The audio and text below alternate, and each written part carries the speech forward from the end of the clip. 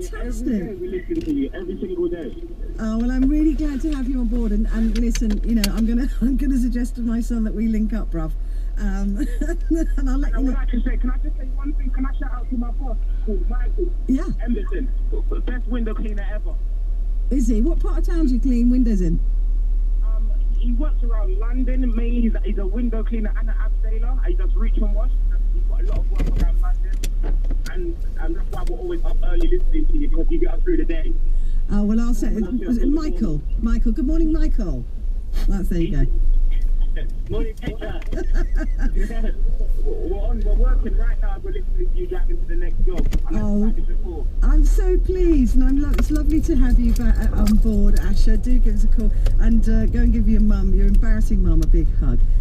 Link up, bruv. Right, I'm going to write that down. I'm going to say that to myself.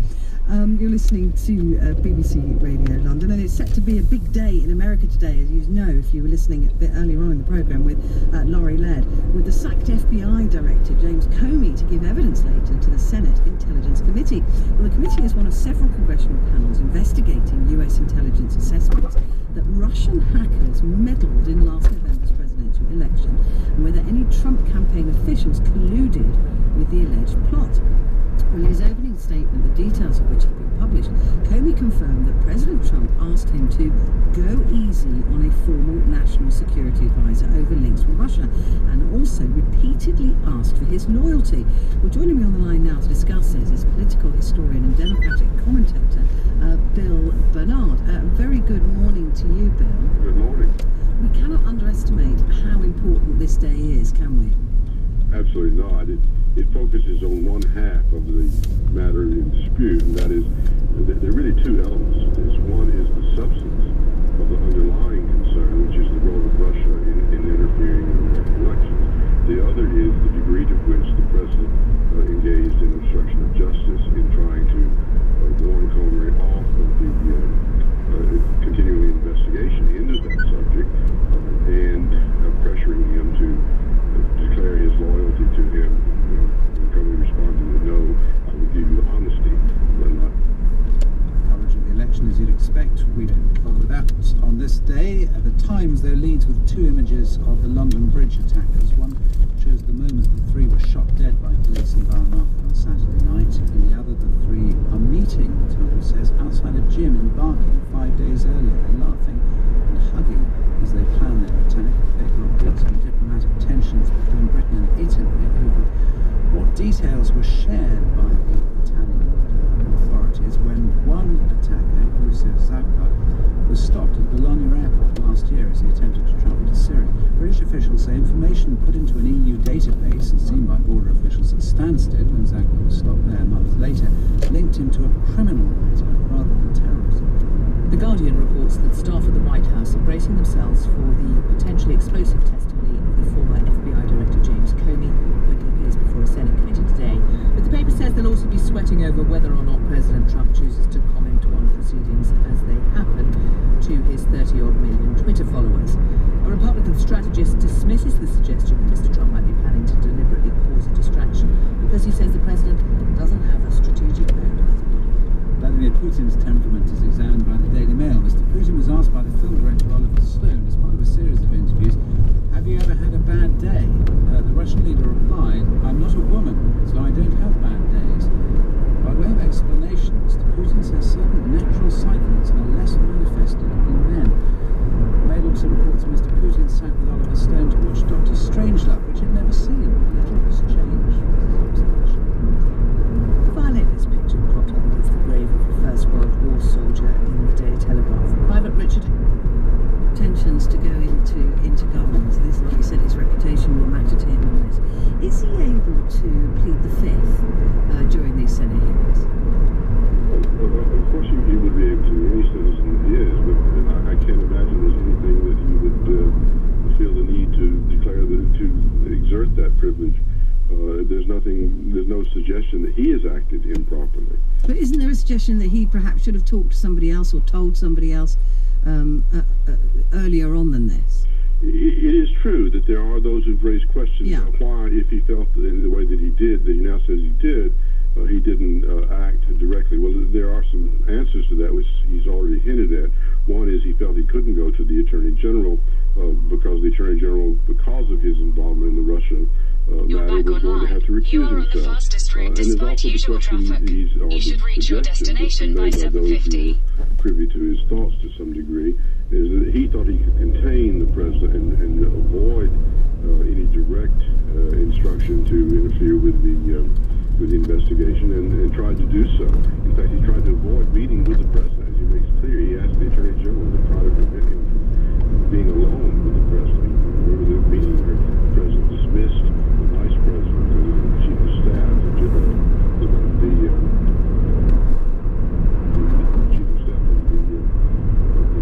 to the president, in order to talk to him alone, which is rather unusual. Some people mention that in all 8 years of the Obama presidency, and while he was serving as FBI director, he had only 2 contacts directly with Clinton. He had 9 in the space of a few months with Trump. So it's going to be very, very interesting. Bill, thank you very much indeed. Bill Bennett there, political historian and democratic commentator. Listen to BBC Radio London. Time now to catch up with the latest travel and traffic. GWR train suspended between Windsor and Eton Central and Slough due to a broken down train, but that's the only item of good really on public transport. It's a quiet start in contrast to the roads. We've got quite a few problems. Anti-clockwise delays on the M25 following an accident on the approach to junction 31 at West Thurrock. 2 lanes blocked here with queues back through the Larford Tunnel to junction 2 from 8 to Dartmouth. Heavy traffic clockwise approaching junction 6 at Godstone. On the M3, a motor vehicle accident on the roadworks between junction 3 at Whitewater and junction 2 for the M25 is causing delays on the London-bound side. North Circular still closed northbound at the Ilford flyover following this morning's broken down lorry and fuel leak. We're trying to rectify the matter, but traffic is absolutely solid at the Barking flyover, and the queues are back now to the A13 at the Beckton roundabout. Elstree, the A41 Watford bypass closed between Elstree Road and Brockley Hill following flooding problems. Elstree Road very slow in both directions as traffic diverts. And in Eltham, the A20 or New Eltham, A20 Sidcup Road down to 2 lanes northbound with 5 ways the junction with Green Lane due to a broken down car at the lights by the Shell garage. Queues back to the Flamingo Park Sports Ground. Pippa Spokes, BBC Radio London, your next travel at 7. General election 2017. I want to know what my vote will mean. What will happen next? And I want to know what it all means for me. Whatever the election outcome, BBC Radio London will be here as the story unfolds tonight when the polls close and throughout tomorrow morning, finding out what that means for us in London and the rest of the UK. Join Duncan Bark, Simon Lederman, Petri Hoskin through to a special breakfast show with me, Vanessa Feltz, along with a team of reporters across the city. And tomorrow afternoon, join Eddie Nestor for a drive time election special as we round up events and hear your thoughts on how London and the country voted. Election 2017 with BBC Radio London. And I want to know what it all means for me. To me. For me. And right now on BBC Radio London, you're with Petri, and I'm with you until 10 o'clock, maybe 10 o'clock, 7 o'clock, it's 10 to 7. And with 7 o'clock, Lisbon isn't likely to take over the next few hours. But don't forget to join us from 10 o'clock tomorrow night or tonight for that election coverage. It is set to be a very exciting night, so make sure that you join us. And of course, then the breakfast show with Vanessa at 7, and she's here now. I am, and we're not talking about any of that today. None of that. We are going to be talking about the London Bridge attack. There are 3 more arrests. They've been made. This is men detained at Ilford. People remember on my show, I think it was yesterday morning, when an expert said, well, you know, one of the terrorists responsible for the London Bridge attack, you know, well, he was in Morocco, you know, he was in Italy, but he was only really radicalised when he went to live in Ilford. And people are thinking, Ilford? Really? This hotbed of radicalisation? So we're wondering what's going on and why Ilford and what's happening there. 3 more arrests in Ilford last night. This morning, the Mayor of London, Sadiq Khan, said the police will take a zero-tolerance approach to hate crime because figures released by the Mayor's office show the number of racist incidents recorded on Monday was 54, compared with a daily average of 38 so far this year. So hate crime on the increase following the London Bridge attacks. Also, we're going to be focusing on how to stay healthy. Good thing to do when you can't talk about politics. Very good thing to do. So we're going to be talking about various claims this morning. One is drinking semi-skim milk increases your chance of drink soya or almond milk instead of actual cow's milk don't grow as tall as the children who drink cow's milk. And divorce can have a long-term impact on your children's health, literally years in the future.